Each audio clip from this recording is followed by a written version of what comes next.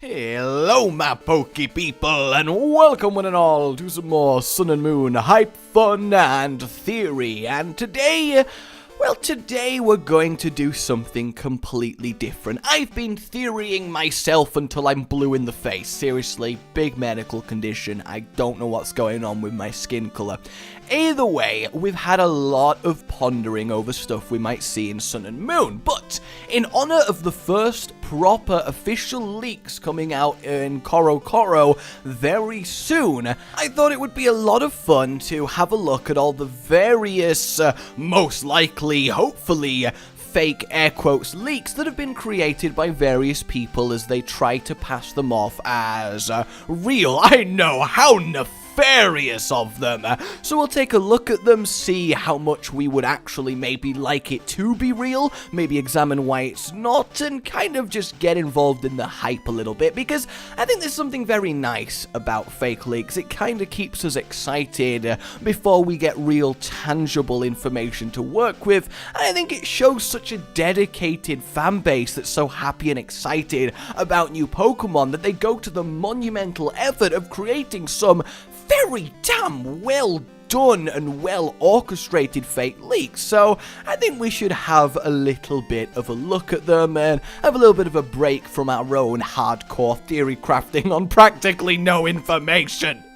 So without further ado, this is a page from X and Y's Koro, and then this is a page from Magani Metal Gear Rabbit. I don't care, I think it looks stupid. I mean, its story is cool, but it looks goddamn stupid. Just so you know what kind of style Koro pages tend to go with. So we had this one released very soon after the announcement of Sun and Moon, and credit to the creator, it looks pretty good. It very much does, but a lot of the time there are a few giveaways, such as photography flashes on the page. They tend to show up on fakes because people think it adds realism, when in fact the opposite is true, in a lot of cases at least. And I think the main one is that the art style just feels a little bit off from what we're used to when it comes to Pokemon. We all kind of can sense real Pokemon, if that makes sense, which makes us sound like psychic nerds, but I would love it if we were all psychic nerds. Praise be to Psychic Nerd Overlord! Either way, the first thing that we're drawn to, of course, is the three starters there. So let's have a closer look at a drawn version of them by a very talented artist. We have Little Grassy Goat, Water Crocodile, and Fiery Adorable Bear. Now, on paper, they're not inherently bad ideas, and they're definitely plausible, but I think each one has something about it that makes it a little bit, mainly with the grass one, the simple existence of Go-Goat kind of discredits it, because really the same animal and the same type, that happens very rarely. Vulpix and Fennekin, both fiery foxes, are the closest I can think of, but they are at least somewhat different from each other. And I think a big thing with all three of them is that they seem to lack a certain attention to detail that we get on real Pokemon. They seem very safe. The Fire Bear's okay, but we've got an established trend of a double evolution bear based on a different type in every new generation for the most part. So I don't think we'd get a berry starter. I don't think it would be that popular over something like a Tiger Fire, which everyone really loves the idea of. So while I think they're very nicely done, I think we can safely say that it's not likely that these are real. But at the same time, I mean, what do you guys think of them? They are definitely well done. I mean, would you guys like these as the starters? Which one would you pick? Are you disappointed it's fake?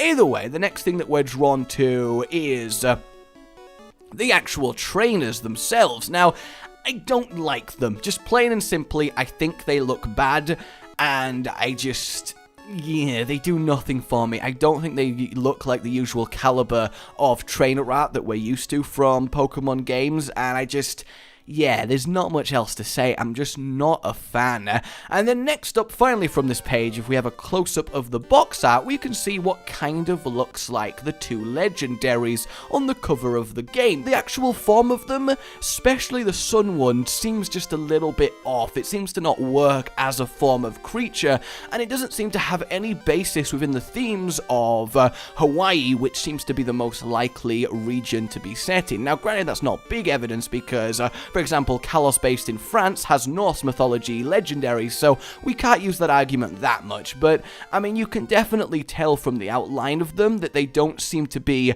the usual caliber that we're expecting, but they're very well done nonetheless. So if we move on, we have ourselves a supposed page of a new dragon Pokemon. Now, this one is very easy to dismiss. The actual quality of the artwork, while good, is very differently done from actual Pokemon artwork. It definitely looks different. The actual 3D in-game shot definitely adds plausibility, but at the same time, there are notable differences between the in-game one and the artwork. A lot of the face structure isn't really the same, and the evolved form doesn't have anything to do with the blue ball the small one is holding, and that tends to not happen. They're not lazy when it comes to Pokemon design. Something that is there in a Pokemon is there for a reason and tends to be incorporated when it's evolved, so it seems weird it just loses this blue mystical ball it's hanging on with. So while a Chinesey dragon Pokemon I feel is inevitable and would be cool,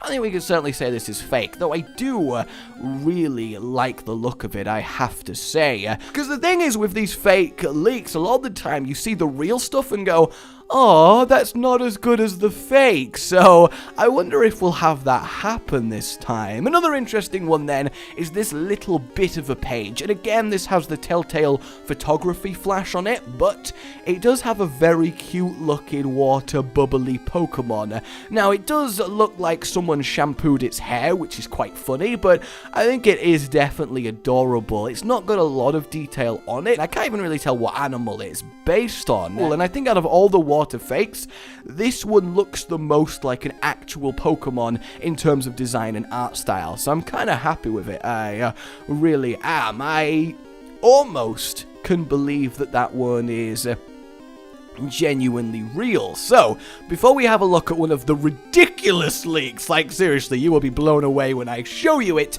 let's have a look at this one. Now, this is interesting because someone has gone to the trouble of actually creating 3D versions of custom Pokemon that, you know, air quotes, will appear in Sun and Moon, and I very much like that. I mean, having this little sort of monkey lemuri type grass looking Pokemon, it's kind of adorable. I could see that as a real one. I do like it. And if we have a look at a few others, they tend to break down a little bit, like this moronic looking thing. I mean, it kind of gives off the impression of, hey, what's going on? How I've got a lumpy back. Do you have a lumpy back?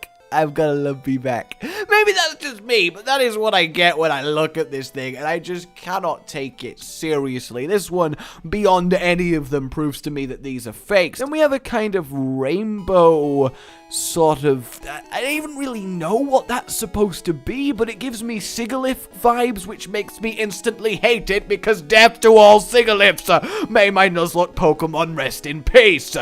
We also have a kind of fly-mosquito combo, which are two very generally seen as repulsive animals made into a fairly okay-looking Pokemon. Finally, then, we have the actual legendaries themselves. These ones are quite interesting. I like the kind of space tail on the moon one, but the rest of it, I think, it's a little bit too spindly, a little bit too weirdly proportioned, a little bit too Xerneas plus Reshiram combo for my liking. I don't like the random diamond on its head. I'm not getting good vibes when I look at it, and I'd be very disappointed if it was real. The sun one is a lot better, and almost has a little bit of an Aztec theme to it, and Aztecs do have very strong ties to the sun and general sun worship, and it would be a pretty good theme for a sun legendary, and it not being based on Hawaiian myth isn't a bad thing, assuming the region is Hawaiian, because in Kalos we had a, as I said, French region and a bit of Norse mythology going on. So I do like the kind of Aztec-y Sun Legendary, and the fact that they both have the gems from the logos incorporated is a nice touch, but I think overall we'd probably be disappointed in these if they were real, but let me know what you guys think about them, of course. So finally then, we have by far and away the biggest, whoa man, did you see that? Fake that has been dropped, and this is the supposed every single new Pokemon that is coming out drawn from memory by a staff member working on the new game. Now, there was a lot of controversy surrounding it until it was proven to not be real, because the person who did the fake owned up to it in a video and was like, no, I drew these, why are you all taking them seriously? Look, I can show you the real life piece of paper I drew these on, you guys be crazy. So it definitely isn't legit, but there was a lot of fun trying to decipher what these Pokemon might look like outside of little drawn sketches. And also there is a supposed list of all the Pokemon and their types being released as well, but at the same time they're not that inspired. Like, if we actually have a look at the names of some of them, like Wardybard, that doesn't sound Pokemon-y, does it? It does sound distinctly Fakemon naming, and I've talked about this before, that while there are definitely some stupid Pokemon names, you can tend to tell whether something sounds like a legit Pokemon name over something that someone has just mashed together. Like, if I wanted to make a rock poison Pokemon and I called it Rockoizon, that sounds like I've just combined the words willy-nilly and kind of gone, yeah, that'll do. Whereas if that was to be an actual Pokemon, I think now in the later generations, there'd be a much more delicate way of forming it. Maybe that's just me. Maybe I'm imagining this difference between Fakemon names and real Pokemon names. But I guess that real Pokemon games have a little bit more elegance to them, if that makes sense. Now, obviously, I'm not going to go through every Pokemon on this list. If they were real, then obviously I'd be analyzing it to hell, but I don't think we need Cop to Dream. Like, Cop to Dream, it doesn't roll well off the tongue, you know, especially Ojibly. Like, where the hell is an Ojibly? I don't know. Though Psychic Flying would be a very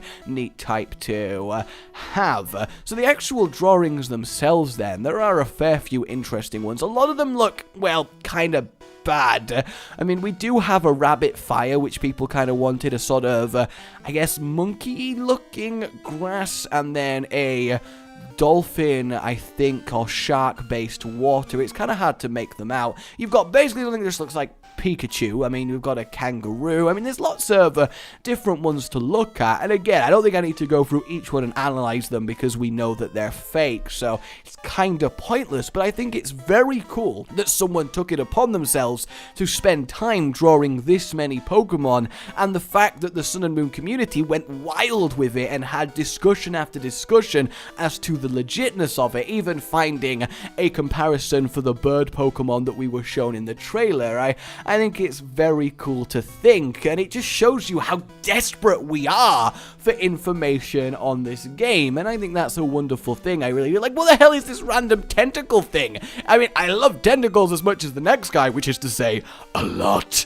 But what is that? It just has no form to it. It's just 5 waving tentacles and a weird sort of hairstyle with a head stuck on top. It just doesn't have that real Pokemon vibe. And while they are terrible little sketches, I think we can safely agree we are better off with most of these not being real. But I, again, do like that this is a thing. So there you go, guys. A little bit of a roundabout look at some of my favorite leaks and fakes that have happened since the announcement. And who is freaking excited for the first actual confirmed informational leak that we're likely getting within a week from rewatching this, because I know I am, and I'm going to be talking about it a lot, because I have a problem, I just can't stop talking. Like if you enjoyed this, guys, it's been a lot of fun, and I think it's been a nice little change of pace from our usual theorying, so let me know if you like this kind of stuff as well, and I'd like you guys to tell me what theory you'd like next for Sun and Moon. I'm either going to do the gym leader types, the likelihood of a, like, dimensional space hole separating Kalos and the new region via the Sundials and Hooper, or a few example Pokemon I think will pop up in the new game. But let me know. Like you enjoyed this, subscribe for more, spread the Poke world, yes, the world, the entire world, and word, and I'll see you next time. Oh, goodbye.